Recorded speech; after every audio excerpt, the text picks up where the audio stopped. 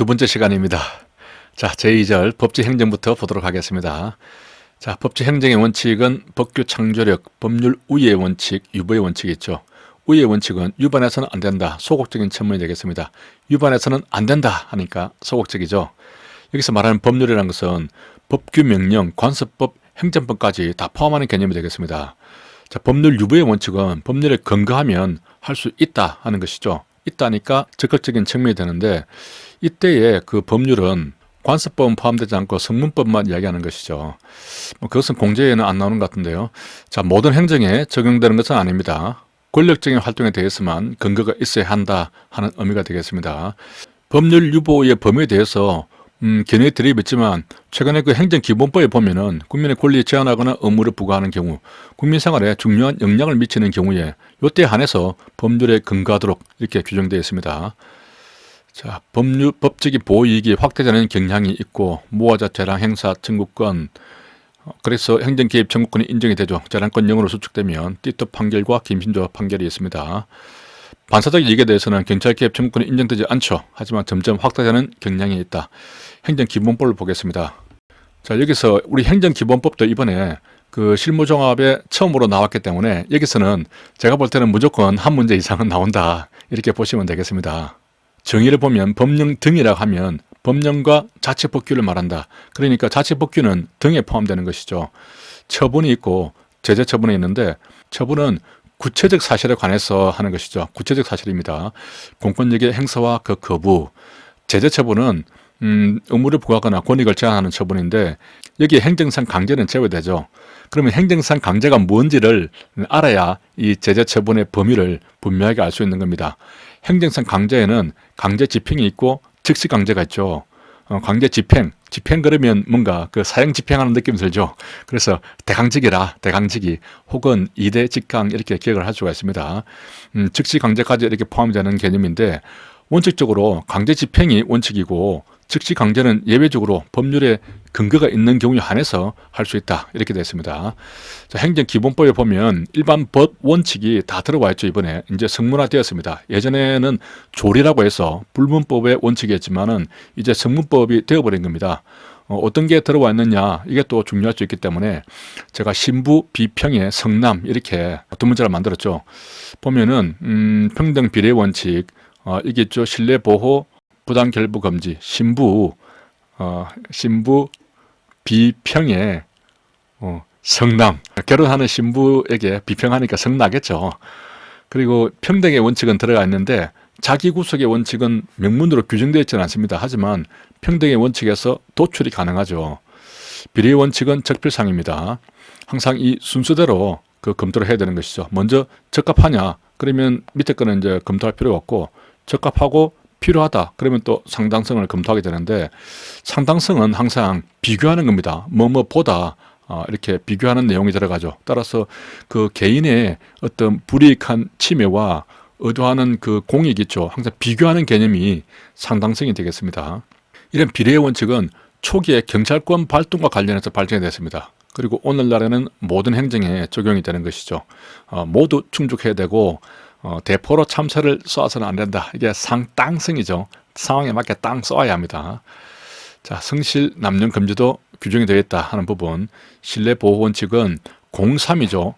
공익이나 3자 이익을 현저히 해칠 우려가 있는 경우를 제외하고, 이런 말이 들어갑니다. 그래서 공삼이 됩니다.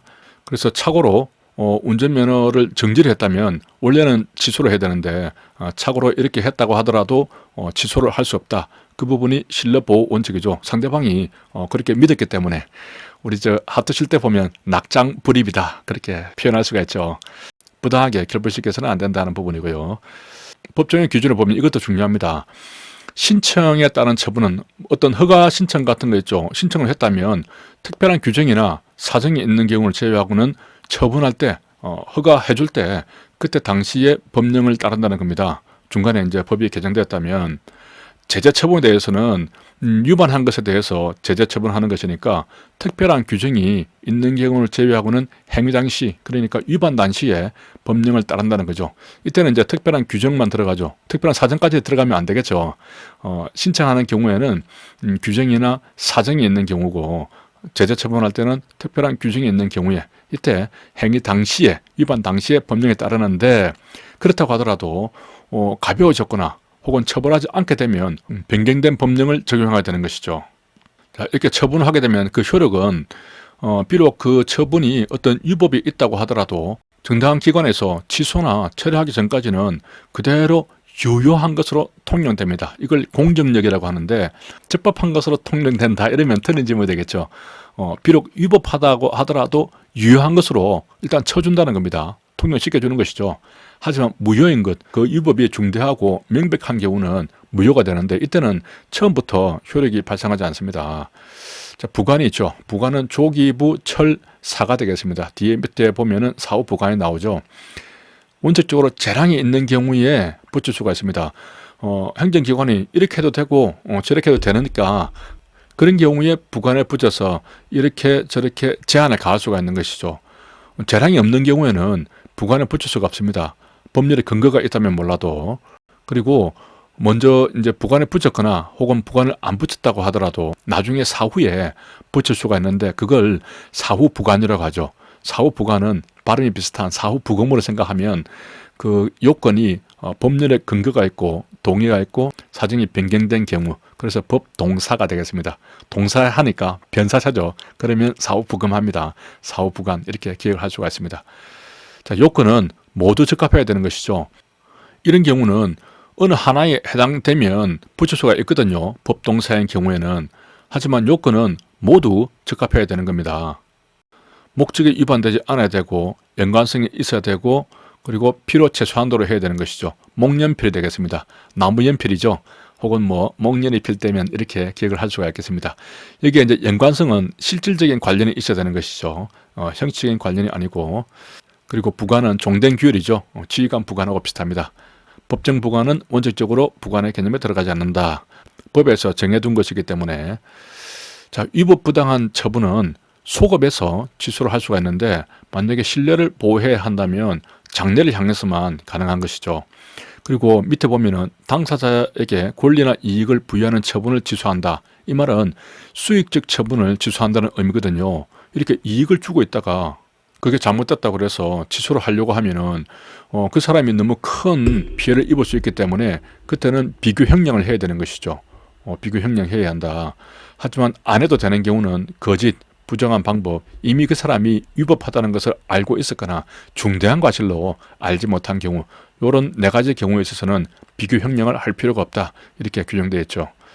자, 적법하더라도 철회를 할 수 있습니다. 장래를 향해서만 철회를 할 수 있는 것이죠. 이때는 요건이 어느 하나에 해당하는 경우죠. 하나만 해당되면 됩니다. 철회, 공사철회, 법공사철회 이렇게 기억을 할 수가 있죠. 법에 근거가 있거나 혹은 사정 변경 공익을 위해서. 그래서 위에 나온 이 법동사하고 잘 구별을 해야 되겠습니다. 이때는 법동사가 되는 것이죠. 부관에 붙일 때는. 하지만 철회를 할 때는 법공사가 되겠습니다. 자, 철회도 마찬가지로 비교 형량해야 되는 것이죠. 자, 하허면에 있죠. 작보 수급 그리고 일상 금지를 해제할 수가 있습니다. 자, 경찰 면제는 자기 수인 급부 의무를 해제하는 것이고 허가는 그 부작에 대해서 해제하는 것입니다. 하명은 작부 수급 모두 다 들어가는데 허가는 부작위를 해제하는 것이고 부작위를 뺀 나머지를 해제하는 것이 면제가 되는 것이죠. 자, 여기 보면은 의무를 불이행했다, 하지 않았단 말이죠. 그러면은 강제 집행을 하는데 위반했다. 그러면은 벌을 줍니다. 이제 앞으로 집행을 해야 되니까 장래를 향해서 강제 집행을 하게 되는 것이죠.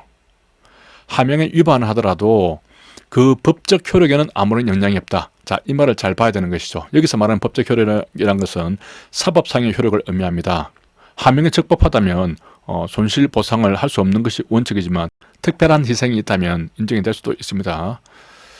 자, 허가, 통행금지 해제, 도로교통법상의 주정차 금지 장소로 안전표지로 주정차 허용처럼 반드시 신청이 있어야 허가하는 것은 아니다. 신청이 없어도 가능하다. 허가해주는 것은 적법 요건이지 사법상으로 유효하게 해주는 유효 요건은 아니다. 그런 말이 되겠습니다. 행정지도 반드시 법률 근거가 필요한 것은 아니겠죠. 원칙적으로 소송의 대상이 되지도 않습니다. 비권력적 사실행위이기 때문에 명문으로 규정을 하고 있고 형식에 대해서는 규정하고 있지 않습니다. 서면에 교부를 요구하면 교부를 해야 한다. 자, 의무이행 확보 수단이 있죠. 전통적 수단으로서 행정 강제, 이게 이제 행정상 강제입니다. 혹은 경찰 강제로 표현하기도 합니다. 이때는 이제 강제 집행이 있고, 집행하는 거죠. 대강직이 이대직강, 즉시 강제가 있고, 이렇게 형벌과 질처벌이 있겠습니다. 새로운 수단이 이제 이렇게 쭉 있죠. 과징금은 새로운 수단이 되겠습니다. 원래는 이제 경제적 이익을 박탈하기 위해서 만들어진 것이죠. 하지만 이제 그 사업의 취소 정지에 가름해서, 따라서 이제 영업 정지 뭐 10일에 가름해서 500만 원 뭐 이런 식으로 할 수가 있습니다. 직접 간접, 이것도 좀 구별해야 되고요. 간접적인 것은 뭐 벌을 주거나 돈을 주는 것이죠. 그리고 새로운 의무 이행 합법 수단이 되겠습니다. 행정상 강제, 장래를 향해서 강제하는 것이고, 과거에 대해서는 벌을 주는 것이다. 그리고 의무를 부과하고 불이행을 기다려서 하는 것이 강제 집행이고, 그런 의무 불이행을 전제로 하지 않습니다. 그냥 동시에 즉시 해버리는 것이 즉시 강제가 되는 것이죠. 대집행은 이제 대체 자기 의무에 대해서 하는 것이죠. 그래서 대집행이 나오니까 대대작 이렇게 기억을 할 수 있고, 자, 이 부분에 대해서는 이번에 공제 실무정합이 안 나왔더라고요. 위법한 건축물에 대해서 해체하라 하는 것은 하명입니다. 하라 이렇게 명령을 내리는 것이니까 그 이후에 이제 해체하지 않으면 그 다음에 대집행이 들어가게 되는 것이죠. 요거를 이제 대집행으로 보면 안 되겠습니다. 이행 강제금은 반복적으로 부과할 수 있고, 심리적인 압박 수단이 되는 것이죠. 직접적인 수단은 아니고, 직접 강제가 이제 실력을 행사하는 최후의 수단인데, 외국인 강제 퇴거, 뭐 해산 명령했는데 안 하면 직접 해산하고, 불법 영업소에 영업하지 마라 했는데 하니까 강제로 폐쇄시켜 버립니다. 그리고 도로교통법상에 위법한 인공 구조물이 있으면 우리가 가서 떼어버리죠. 제거 조치가 가능합니다. 이것도 직접 강제가 되는 것이죠. 따라서 이 대집행하고 좀 헷갈리면, 대집행은 이후에 그 비용을 징수하는 절차가 있습니다. 따라서 그 불법 주차했다면 차량 견인한 다음에 그 견인한 비용 다 받아갑니다. 무허가 건물 철거하면 그 대집행 비용을 다 받아가거든요. 하지만 이런 것은 그냥 집행만 하고 끝납니다. 그 절차가. 그래서 돈을 받아가지 않아요. 그래서 직접 강제라고 부를 수가 있는 겁니다. 법에서 이렇게 딱 구분해서 규정을 하고 있습니다. 이런 경우는 대집행한다, 이런 경우는 뭐 이렇게 한다라고 되어 있고, 뒤에 그 비용을 받아가는 절차가 규정되어 있지 않기 때문에 우리 학문상 직접 강제로 보는 것이죠. 즉시 강제는 두 가지 요건입니다. 의무를 미리 명할 시간적인 여유가 없다, 혹은 성질상 미리 명할 수 없는 경우, 이렇게 두 가지 요건이죠. 이런 것들이 있고, 이것은 항상 법규에 근거가 필요합니다. 강제 집행하는 것이 원칙이고, 즉시 강제는 예외적인 상황에서 법에 근거가 있어야 가능하다. 이러한 즉시 강제도 처분에는 해당됩니다. 그렇기 때문에 행정쟁송, 그러니까 어떤 행위에 대해서 취소소송이라든가 무효소송 뭐 이렇게 할 수도 있습니다. 하지만 너무 단기간에 종료가 되어버리기 때문에 그렇게 행정쟁송으로 가서는 그 실익이 없는 것이죠. 그렇기 때문에 소송으로 뭘 취소해라 이렇게 할 수가 없습니다. 적합하지 않는 것이죠. 처분에는 해당되지만 그러한 행정소송에 의한 구제는 적합하지 않다, 이렇게 표현하는 것입니다. 따라서 소송이 안 되기 때문에 바로 손해배상 소송으로 가야겠죠. 손해배상은 가능하죠. 뭘 취소라든가 이런 소송으로는 못 가더라도. 행정벌이 있죠. 형벌을 부과할 것인가, 과태료를 부과할 것인가, 이것은 입법 재량에 속하는 부분이다. 금지 통고된 오기 집회를 주최한 행위에 대해서 우리가 형벌을 과하고 있는데, 이것은 충분히 행정기관이 그 재량권을 행사하는 것으로 보고 있습니다. 또 그 성질은 서로 다르기 때문에 두 개를 병가할 수 있는 것이죠. 벌금을 먼저 부과하고 과태료를 병가할 수도 있다는 얘기입니다. 그 공제책에 보니까 이런 예시가 있던데, 임시 운행 기간을 넘어서 운행을 했다. 그러면 과태료만 처벌할 수 있지만 그 무등록 차량이다 말이죠. 그러면 벌금도 때리고 임시 운행 기간을 넘어서 운행했으니까 과태료도 동시에 때릴 수가 있게 되는 겁니다. 행정질서벌은 이제 질서 위반 행위 규제법에 의해서 처벌되는데, 당연히 행위 시의 법률에 따르게 되겠죠. 이 과태료 처벌하는 경우는 거의 형법하고 비슷하더라고요. 형법하고 비슷합니다. 그래서 고의 과실이 없으면 또 부과하지 않고, 14세 미만에 대해서도 부과하지 않죠. 우리 그 통고 처분하고 좀 헷갈리기 쉬운데, 이 과태료 처분은 형벌하고 비슷하다, 형법하고 비슷하다, 이렇게 생각을 하면 되겠습니다. 심신장애로 능력이 없다, 그러면 부과하지 않고 심신미약은 감경하잖아요. 이런 경우도 형법하고 비슷하죠. 2인 이상은 각자 위반한 것으로. 그리고 이제 5년이 지나버렸다. 과오죠.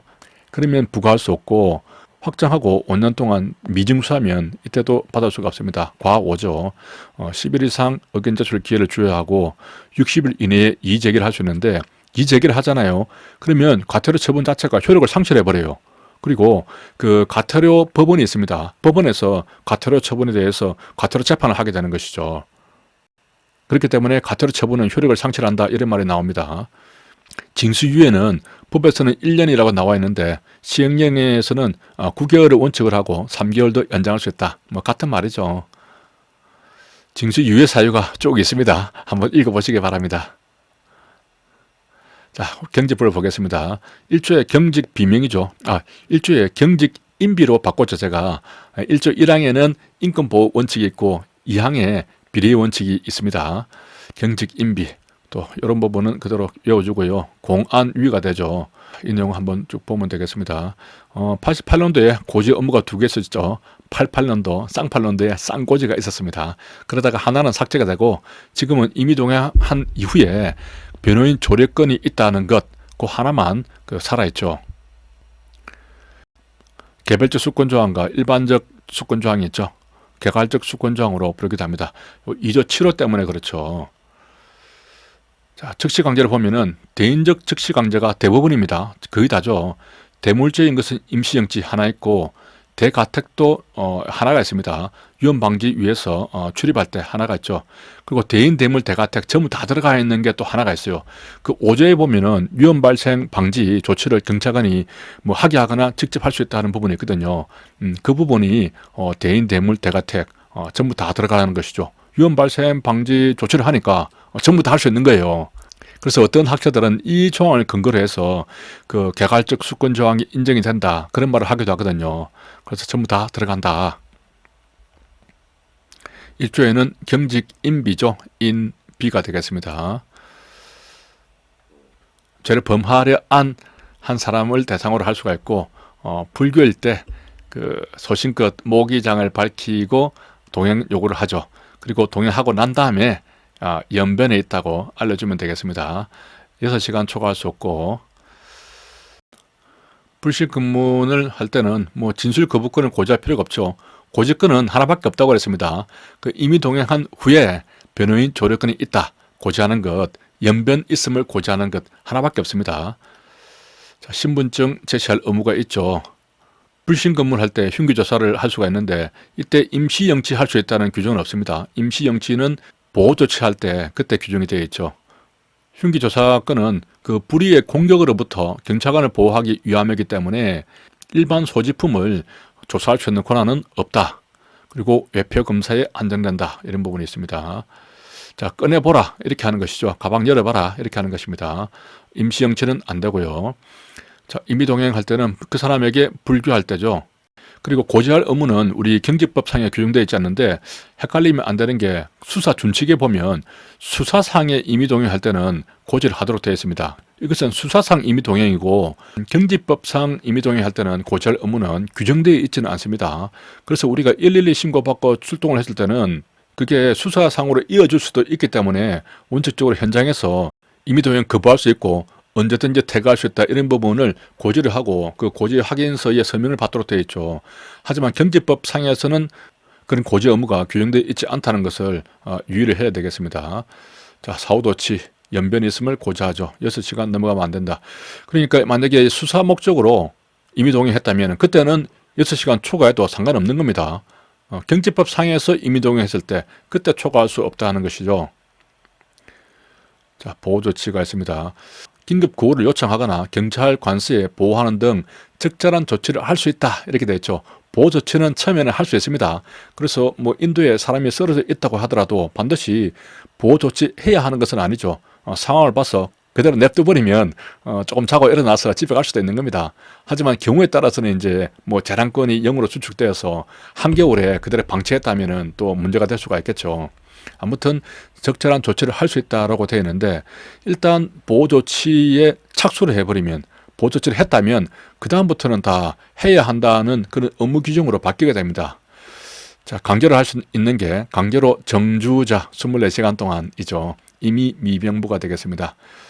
이런 보건의료기관 같은 경우는 정당한 이유 없이 거절할 수 없다라고만 규정되어 있고, 처벌 규정은 우리 경제법에 있지 않고 응급의료법에 있죠. 처벌 규정에 대해서도 우리 경제법에서는 딱 하나밖에 없어요. 경찰관의 그 직권남용죄 하나밖에 없습니다.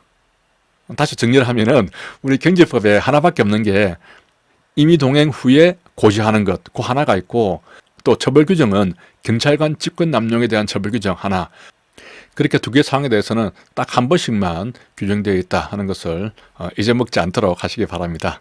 자, 보호조치할 때 임시 영치할 수 있죠. 임시 영치할 때 시영이 나오니까 10이 되겠습니다. 지체 없이 알리하고, 연고자가 발견되지 아니하면 즉시 인계하여야 하는 것이죠. 위에서 보호조치 할 수 있다 해놓고 일단 보호조치 했으면 그 다음부터는 모두가 의무사항이 됩니다. 해야 한다 이렇게 되죠.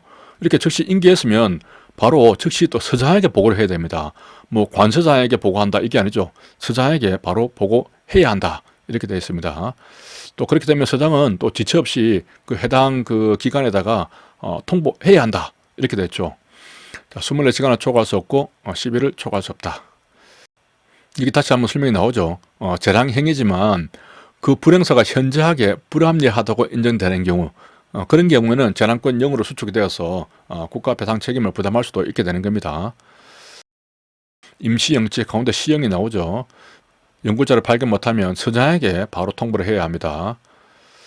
자, 위험 발생 방지 조치, 생명, 신체, 재산 뭐 이렇게 모사 경고할 수 있고, 우려가 있다 그러면은 억류 피난시킬 수가 있죠. 억피 우려입니다. 익사 방지죠. 익사 방지. 요게 이제 대인, 대물, 대가택 다 들어가게 되는 부분이 되겠습니다. 경고하는 것은 단순하게 경고하는 것이죠. 이것은 억피시키는 것은 뭐 대인적 즉시 강제에 해당되는 겁니다. 이것은 위험 방지를 위해서 그 사람에게 하게 하거나 직접 조치를 하는 것이기 때문에 뭐든지 할 수 있는 거죠. 그렇기 때문에 범위가 넓어집니다. 대인, 대물, 대가택 다 되는 것이죠. 이제 관서장이 나옵니다. 이때는 대간첩 작전, 뭐 중요 시설에 대해서 통행 제한할 수 있고, 그리고 경찰관이 위에 이런 위험 방지 조치를 했다면 이제는 경찰 관서장에게 보고하죠. 아까 위에서 보호 조치를 했으면은 서장에게 보고하게 되어 있는데, 위험 발생 방지 조치를 하면 관서장에게 보고를 하도록 되어 있습니다. 그러면 이제 관서장은 관계기관의 협조를 구해야 되는 것이죠. 자, 이런 부분들이 좀 헷갈리는데 뒤에 한꺼번에 정리되어 있으니까 그걸 보고 정리를 하면 되겠습니다. 여기 되어 있죠. 비권력적 사실이기 때문에 경찰 지도에 해당되고, 이렇게 아까 방금 설명드린 부분이 되겠습니다. 관서장에게 보고를 하는 것이죠. 자, 범죄 예방 처지, 목전에 행해지려고 하면 일단 경고하는 겁니다. 바로 제지하는 것이 아니라 일단 경고하고, 그런데 생명, 신체, 재산에 중대한 손해를 끼칠 우려가 있다, 그리고 긴급하다, 이때 제지하게 되는 것이죠. 목전에서 행해지려고 하고 있다고 바로 제지하는 것은 아닙니다. 중대하고 긴급해야 제지가 들어가는 것이죠.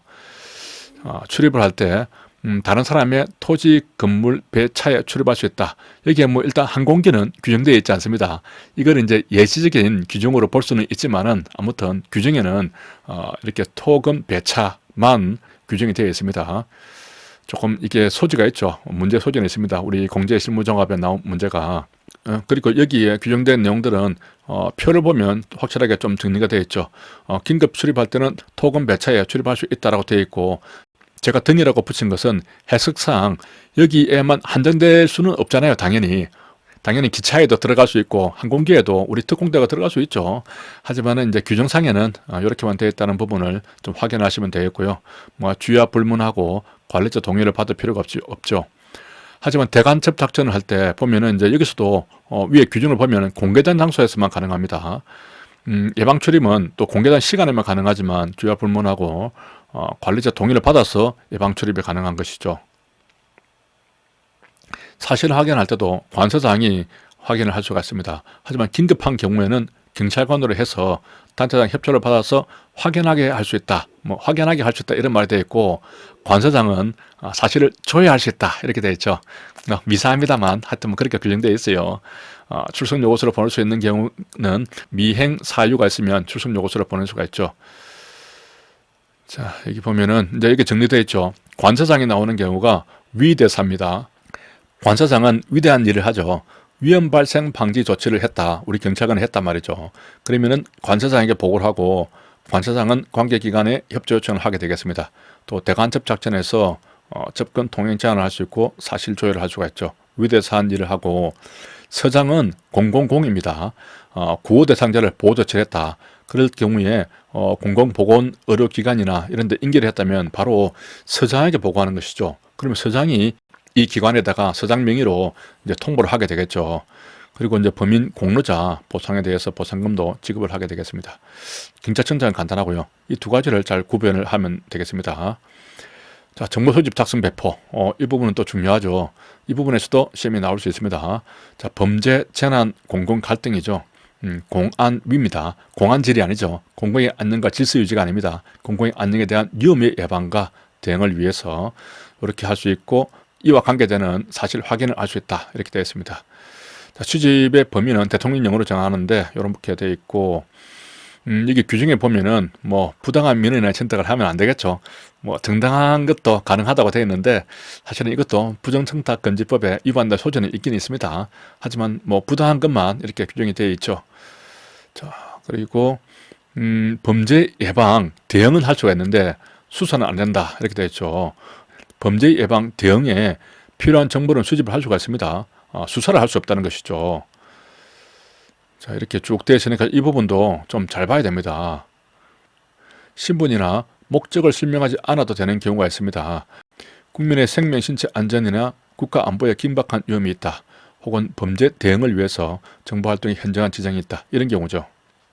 조금 특이하게 규정된 부분이 있죠. 누구든지 법령에 위반하는 지시를 하면 안 된다고 되어 있는데 명백히 위법한 지시라고 판단되는 경우에도 거부할 수 있다. 이렇게 규정되어 있습니다. 해야 한다가 아니죠. 국제협력, 유치장은 경찰서에만 둡니다. 경찰서에 둔다. 뭐 우리 경찰관은 다 알겠죠. 지방청에는 없습니다. 경찰청에도 없죠. 경찰 장비 사용, 경찰관은 안전교육과 안전검사를 받은 후 사용해야 한다라고 법에는 조금 애매모호하게 규정이 되어 있는데 그 뜻은 안전검사를 받은 장비를 사용해야 한다. 그런 뜻이겠죠. 아무튼 이렇게 규정되어 있습니다. 하지만 유해성 경찰 장비 규정에 가면 경찰 관서장이 안전검사를 받은 후에 사용하도록 그렇게 되어 있습니다. 장비라는 것은 모든 것을 포괄하는 개념이고요. 함부로 개조하거나 임의의 장비를 부착해서는 안 된다. 신규 도입 유해성 장비에 대해서는 외부 전문가를 참여시켜서 안전성 검사를 해야 되죠. 그리고 검사가 끝나면 30일 내로 청장에게 보고를 해야 되고 그러면 그 결과 보고서를 석 달 내로 3개월 내로 국회 소관 상임위원회에 제출하게 되겠습니다. 장구를 사용할 때 이게 좀 중요하죠. 경찰 장구는 현행범이나 사무장 3년 이상의 자에 대해서 체포나 도주 방지 이렇게 되어 있습니다. 사무장 3 이상이니까 이걸 긴급 체포로 바꾸면 현긴이죠. 현긴의 사유가 나오는 경우는 이 장구 사용이 하나입니다. 다른 경우는 그냥 범인의 체포, 도주 방지 이렇게 나오는데 현긴이란 말이 나오는 경우는 장구, 우리 농악 때 쓰는 장구죠. 장구 나오니까 현긴, 가야금이나 검은고 이런 말이 나옵니다. 채도 방항이죠. 이때 방어는 자다 생신빵입니다. 그래서 재산이 안 들어가죠. 장구란 봉포수 방전 이렇게 볼 수가 있고요. 자, 분사기 철호탄. 이때 분사기 등은 집회 시 상황을 염두에 둔 것 같습니다. 그래서 현장 책임자가 판단하도록 되어 있어요. 이 법에 의하면 가스총도 경찰관이 마음대로 판단 못하는 거예요. 이렇게 조금 안 맞게 규정되어 있다는 것. 이때 분사기는 뭐 총포도금, 화약류 등의 안전관리에 관한 법률에 따른 분사기를 말한다 되어 있고 그래서 채도만 규정되어 있고 방어라든가 항거 제재 이런 부분이 안 들어가 있죠.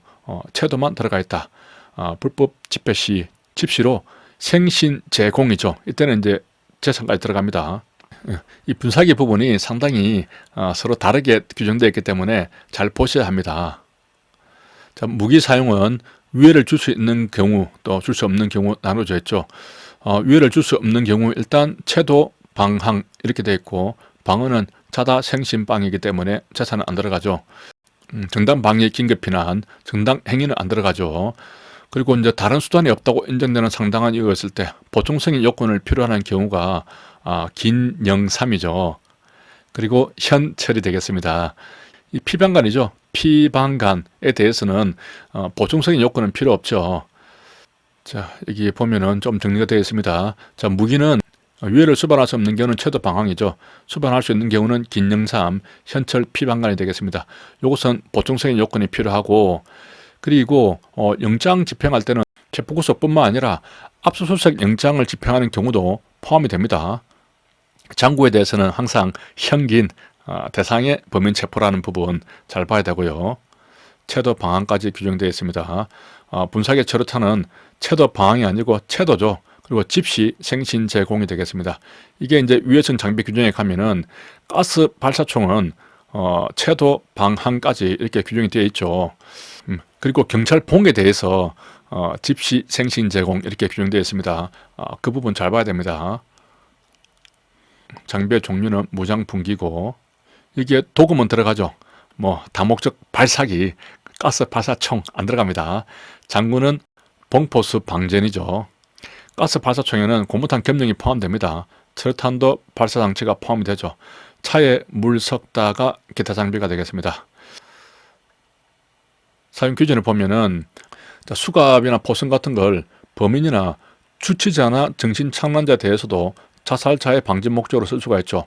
그래서 범주정인데 이런 경우에 썼다면 국가경찰관세장에 보고를 해야 된다 하는 부분이 있습니다. 이때 말하는 관세장의 범위는 아까 법에서 나오는 관세장의 범위하고 다르죠. 경제법에서는 경찰서장, 지구대장, 파출소장, 출장소장 이렇게 딱 들어가 있습니다.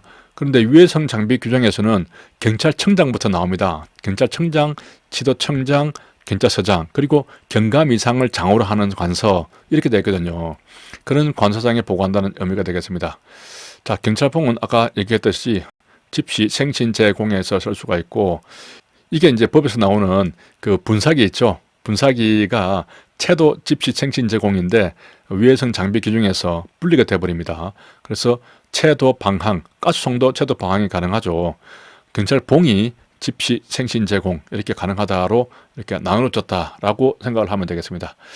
자, 전자충격기는 충격받은 열사 얼굴임, 전자방패 마찬가지입니다. 얼굴은 안 들어가죠. 총은 총 맞은 열사임 이렇게 해서 14세 임산부에 대해서 쓸 수는 없는데 얼굴에 대해서는 말이 없죠. 자, 가스 발사총은 원래 1m 이내 얼굴에서만 금지한다 이런 부분이 있습니다. 채도 방황까지 가능하죠. 방황까지 가능하죠. 그런데 이 가스 발사총에 또 예를 먹여요. 이 경찰 물리의 행사 규칙에 들어가 버리면 가스 분사기 제한 요건으로 14세 미만이거나 임산부, 호흡기 질환자를 이제 인지를 했다면 고위험 물리력을 제외하고는 사용할 수 없다 이런 부분이 있어요. 이것도 또 같이 좀 봐줘야 됩니다. 하여튼 가스 분사기 요즘 잘 쓰지도 않는데 하여튼 복잡하게 되어 있습니다. 자, 체류탄 발사기는 사람이 쓰니까 30도, 발사대는 차에 달려있으니까 15도. 자, 안전검사는 국가경찰관세장은 안전검사를 받아야 된다 이렇게 됐죠. 아까 법에서는 경찰관은 그런 장비를 사용해야 된다 이렇게 되어 있지만은 유해성 안전장비 규정에는 확실하게 이렇게 국가경찰관세장은 이렇게 되어 있습니다. 자, 신규 도입 장비할 때 외부 전문가를 참여시켜야 되는데 30일 3개월이죠. 경찰청장이 더 깁니다. 이 두 가지를 바꿀 수 있기 때문에. 자, 장비 규정은 참고로 보시고, 이게 경찰 이 물리력 행사 기준 이 부분이 또 중요합니다. 이 부분도 충분히 시험에 나올 수 있어요. 요즘 시사적으로 이 또 물리력 행사 기준이 언론에서 많이 등장을 하고 있어서 충분히 나올 수 있는 분야라고 봅니다. 먼저 순서를 잘 외워야 합니다. 순서, 적폭지조, 그리고 허접, 저중고가 되겠습니다. 그리고 이 상황도 좀 봐야 되는데 수능은 협조적이겠죠. 소극적인 것은 비협조적입니다. 그리고 적극적 저항은 이제 공집이 들어갑니다. 하지만 위해 수준은 낮죠. 폭력적 공격은 위해를 가하는 상태 이렇게 표현되어 있는데 이때 좀 더 자세히 읽어보면은 폭력을 행사하려는 자세를 취하거나 주먹이나 발로 경찰관에 대해서 이제 공직방을 하는 거예요. 초래하거나 임박했다 이런 상황입니다. 이렇게 이쪽에서도 폭력을 행사하려고 하거나 주먹이나 발을 쓰기 때문에 우리 경찰관도 이제 가격할 수 있거든요. 부상을 입힐 수도 있습니다. 때리니까 부상을 입힐 수가 있겠죠. 위에 저희의 물리력에서는 통증만 줄 수 있었는데 중형 물리력이 되면 이제 가격을 할 수 있기 때문에 부상을 줄 수도 있는 것이죠. 전자충격기도 사용할 수 있는 단계가 되겠습니다. 이렇게 단계별로 어떻게 설명이 되어 있고 어떻게 대응할 수 있는지를 잘 봐야 됩니다. 다시 정리하면은 순소, 적폭치조, 허접, 저중고 이렇게 기본적으로 구분을 하고, 폭력적 공격이니까 상대방이 폭력을 행사하려는 자세를 취하거나 주먹이나 발로서 공격을 합니다. 그러면은 우리도 가격 때릴 수 있는 겁니다. 그리고 충격을 줄 수 있는 것이죠. 전자충격기. 그러다 보면은 때릴 수 있으니까 부상을 입힐 수도 있겠죠. 이 폭력적 공격에 대해서만 그 암기의 기준을 만들어 둡니다. 그러면은 이거보다 약간 낮은 적극적 저항에 대해서, 저위험 물리력에 대해서 좀 생각을 할 수 있거든요. 여기서 부상을 줄 수 있으니까 여기서는 통증만 줄 수 있다. 그리고 넘꺾져죠. 너무 때리고 꺾기 조르기를 할 수 있습니다. 목 압박도 할 수가 있어요. 여기서는 이제 강하게 압박이잖아요. 목을 조르기 이런 게 있기 때문에 목 압박 넣으면 야 이거 치명적 공격 아니야? 이렇게 생각할 수 있는데 적극적 공격으로 보면 되겠습니다. 이때 이제 분사기를 쓸 수가 있는 것이죠. 그래서 이 두 가지를 좀 잘 봐둬야 합니다. 자, 계속해서 보면은 분사기 아까 봤죠. 14세 미만이거나 임산부 호흡기 질환을 가지고 있다는 것을 인지를 했단 말이죠. 몰랐다면 몰라도 인지를 했기 때문에 이때는 가장 위험한 고위험 물리력 요 경우를 제외하고는 쓰지 마라 이렇게 되어 있습니다. 아까 유해성 장비 규정에서는 1m 이내의 얼굴에서만 쓰지 못하게 하도록 되어 있었거든요. 14세 미만 임산부 이런 말은 없었습니다. 하지만 이 물리력 규정에서 이런 부분이 있다는 것 생각을 해야 되고요. 그리고 요즘은 이제 전자충격기 사용이 좀 문제가 되니까 자, 사전 구조하는 것이 원칙입니다. 급박한 경우에는 생략할 수 있다라고 되어 있고요. 적정 사거리가 3, 4, 5죠. 3에서 4.5m니까 3, 4, 5 이렇게 기억을 하면 되고, 뒤에서 쏘는 것이 원칙이다. 머리는 제외하고 앞에서 쏘려고 하면은 흉골 이하를 쏘아야 된다. 흉골. 그리고 경우에 따라서는 하체도 가능하다. 이렇게 되어 있습니다. 자, 그래서 뭐 이 전자충격기 관련해서는 조금 자세하게 봐두실 필요가 있습니다. 그리고 권총과 관련해서는 조금 헷갈릴 수 있는 게 뭐 경고 사격을 하고 70에서 90도 사이입니다. 이것도 숫자가 나오니까 헷갈릴 수 있어요. 70에서 90도 사이로 경고 사격을 해라. 가급적 대퇴부 이하죠. 허리가 아닙니다. 대퇴부 이하로 해야 되고, 그리고 복동식으로 해야 됩니다. 이게 단동식하고 정말 헷갈려요. 복동이라는 것은 두 번 움직이잖아요. 복수로 움직이니까 두 번 움직입니다. 단동은 한 번 움직여요. 우리가 그 속사할 때 그 칵싱을 안 하잖아요. 그러면 방아쇠를 당기면 방아쇠가 뒤로 갔다가 앞으로 가잖아요. 그러니까 두 번 움직이는 거예요. 칵싱을 미리 해두면 방아쇠를 당기면 뒤에서 앞으로 한 번만 가잖아요. 그러니까 단동이 되는 겁니다. 이게 헷갈리기 쉬워요. 그래서 가급적 복동식으로 격발해야 합니다. 단동식이 아니에요. 저도 현직에 있으면서 수십 번을 사격을 해봤지만 이 복동식과 단동식은 아직도 헷갈리는 것 같아요. 단동식으로 격발하는 경우에도 권총의 공유 시기를 미리 젖혀놓지 않도록 해야 한다. 이런 부분이 있죠. 이것도 복동식으로 바꾼다든지 하면 틀리게 됩니다. 자, 사용 기록 보관이 있죠. 경직부에 보면은 살수 분무에 대해서 하게 되는데 조금 미세하게 다르게 규정되어 있습니다. 책임자가 기록 보관하게 되어 있죠. 법에는. 하지만 위해청 장비 규정에 보면은 현장 책임자나 사용자도 보고를 하도록 되어 있어요. 직권 상급 감독자에게. 그러면 직권 상급 감독자가 3년을 보관하도록 되어 있습니다. 어쨌든 그 사용자는 보관하지 않지만은 이 책임자가 여기하고 여기가 조금 다르게 되기 때문에 착각을 할 수가 있게 되어 있어요. 이렇게 하면은 뭐 청자에게 보고해야 한다. 이렇게 됐고, 그리고 제4호의 경우에는 살수차만 해당한다. 이렇게만 되어 있죠. 여기 또 뭐 기출에 한번 나왔는데, 그래서 2호부터 4호까지가 이제 분사기 무기가 되고, 4호의 경우에는 살수차만, 살수 분무 이렇게 확실하게 기억을 해야 되고요. 현장 책임자도 직권 상급 감독자에게 보고를 해야 합니다. 우리 장비 규정에서는. 자, 손실보상, 적법한 직무집행, 정당한 보상을 해야 한다. 할 수 있다가 아니죠. 책임 없는 자가 그럼 당연히 해야 되고, 책임이 있는 경우에도 자기 책임을 초과하는 정도에 대해서는 손실보상을 해줘야 합니다. 안날부터 3년, 발생한 날부터 5년이 되겠습니다. 안심 발5죠. 안심하세요. 바로 보상해 드리겠습니다. 손실보상에 관한 사항은 당연히 대통령령으로 정하겠죠. 여기 보면 이제 물건을 멸실 훼손한 경우에 수리할 수 있으면 수리비만 주고, 수리할 수 없다 그러면 손실을 입은 당시죠. 보상을 해주는 당시가 아닙니다. 손실 입은 그 당시에 중고가액으로, 교환가액으로 보상해준다. 영업비용도 보상을 해주고요. 물건 멸실 훼손 외에 재산상의 손실이라면은 상당 인과관계, 범위 내에서 보상한다 되어 있고, 다시 한번 정리를 했죠. 자, 보상금 지급 청구 시에 그런 증명서를 첨부해서 관할 국가경찰관서장에 제출해야 한다. 현금으로 지급하는 것이 원칙이고, 일시불로 예산이 부족하다면 동의를 받아서 분할해서 지급할 수 있다 하는 부분이 있고요. 자, 범인 근급 공로자 보상이 있죠. 이거 두 개가 섞어서 나오니까 이때는 잘한 부분에 대해서 그 상으로 주는 것이니까 이 경우는 지급할 수 있다고 되어 있죠. 서장도 줄 수 있습니다.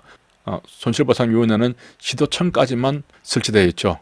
어떤 사람에게 주느냐, 소재를 신고해서 금거하게 한 사람이죠. 잡아서 인도한 사람, 또 테러 예방 활동에 공로가 있다. 위원 한 명 포함해서 5명 이내가 되겠습니다. 자, 이게 비교를 했죠. 경찰서에 넣고 경찰서까지 있고 5인 이내, 그리고 우리 위원장이 내부 위원이죠. 여기서는 호선을 하죠. 호선하는 경우는 굳건하게 언선에 호했죠. 임기는 2년이고 일반적인 경우인데, 보상금 심사위원회는 재과찬이 되겠습니다. 금전 관련해서 한번 정리된 것을 보면은 국가보안법 위반한 자를 신고 체포했다, 상급을 지급한다 이렇게 됐죠. 이때는 반드시 지급해야 되고, 몰수하는 경우도 몰수한다 이렇게 됐습니다. 손실보상에서는 정당한 보상을 해야 한다. 범인 근급 공로자에게는 상으로 주니까 보상금을 지급할 수 있다 이렇게 돼 있고, 또 국가보안법에서 상금은 반드시 지급을 해야 되는데, 만약에 그 잡다가 사상을 입은 경우에 이럴 때는 이제 보상할 수 있다 이렇게 돼 있죠. 자, 벌칙에 대해서는 경제법에 규정된 유일한 처벌 규정이 우리 경찰관의 직권 남용죄가 되겠습니다. 자, 1년 이하 징역이죠. 자, 여기까지 하겠습니다. 수고하셨습니다.